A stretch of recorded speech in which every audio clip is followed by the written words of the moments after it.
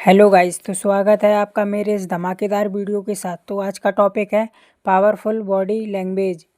आज मैं बात कर रहा हूँ बॉडी लैंग्वेज की। तुम्हारा जो बॉडी लैंग्वेज है वो दिखाता है कि तुम किसके सामने कैसे प्रेजेंट कर रहे हो।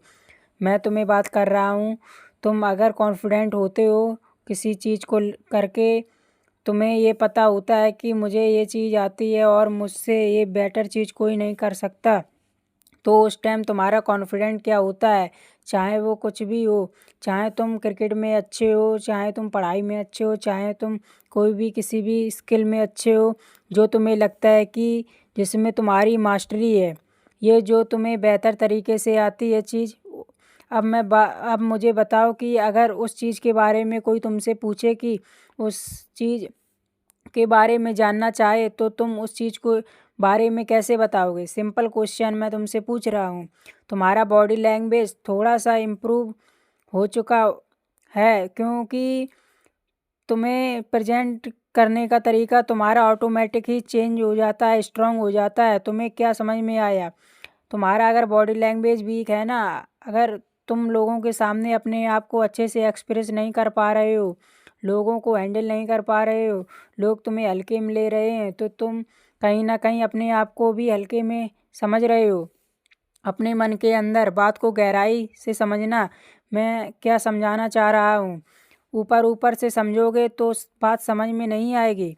मैं तुम्हें ये कहना चाह रहा हूँ कि तुम्हारे ब्रेन के अंदर जो तुम्हारी स्टेटमेंट है अपने लिए, अगर कोई गरीब आदमी है, अगर कोई कमज़ोर इंसान है, अगर वो एक ऐसा इंसान है कि जिसके अंदर कॉन्फिडेंस नहीं है, अगर वो ऐसे इंसान की है जो समाज में जाने से डरता है, अगर वो ऐसा इंसान है कि जो चार लोगों में बात करने से डरता है, अगर वो ऐसे इंसान की है जो कैमरा फेस करने से डरता है, अगर वो ऐसे इंसान की है जो अपने आप इनर वर्ल्ड में अपने माइंड के अंदर तुम्हारी क्या स्टेटमेंट है, अपने आप को लेकर तुम्हारी क्या राय है, क्या स्टेटमेंट है, वही है तुम्हारा बॉडी लैंग्वेज। ध्यान रखना, जो चीज़ें तुम्हें आज तक बेहतर तरीके से जो चीज़ें आती हैं, है ना, वहाँ पर कैसे तुम्हारा बॉडी लैंग्वेज अपने आप इम्प्रूव हो जाता है, अपने आप कॉन्फिडेंट फील करते हो,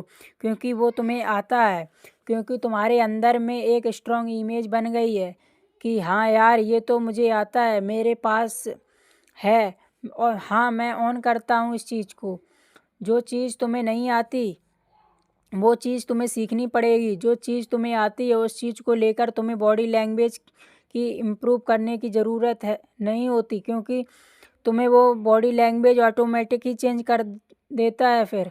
तो सिंपल इज़ डैट, कॉन्फिडेंस अगर तुम्हारे अंदर नहीं है तो किसी भी चीज़ में, या तुम अपने आप को कमज़ोर इंसान समझ रहे हो, कौन तुम ऑटोमेटिक ही तुम्हारा बॉडी लैंग्वेज वीक होगा। फिर ऑटोमेटिक ही तुम्हें समझ नहीं आएगा कि मैं यार अपने आप को एक्सप्रेस कैसे करूं। ये भी एक साइंस है, ये भी एक साइकोलॉजी है। तुम अपने बारे में क्या सोचते हो वही तुम धीरे धीरे बन जाते हो।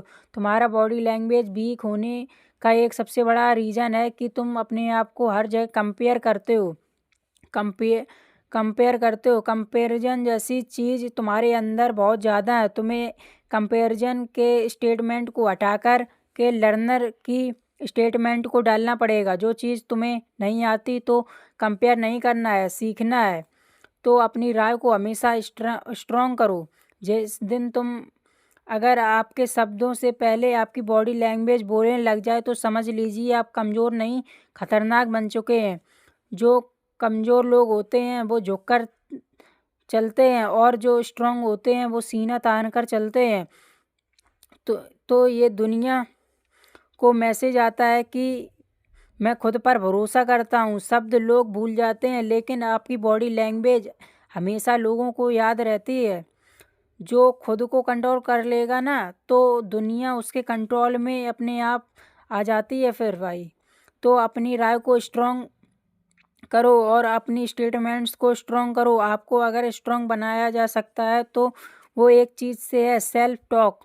अपने आप को सेल्फ, अकेले में बात करना सीखो। अकेले में तुम अपने आप को कन्विंस करते हैं, क्योंकि तुम अगर अपने आप को कन्विंस नहीं कर रहे हो तो तुम्हारा दिमाग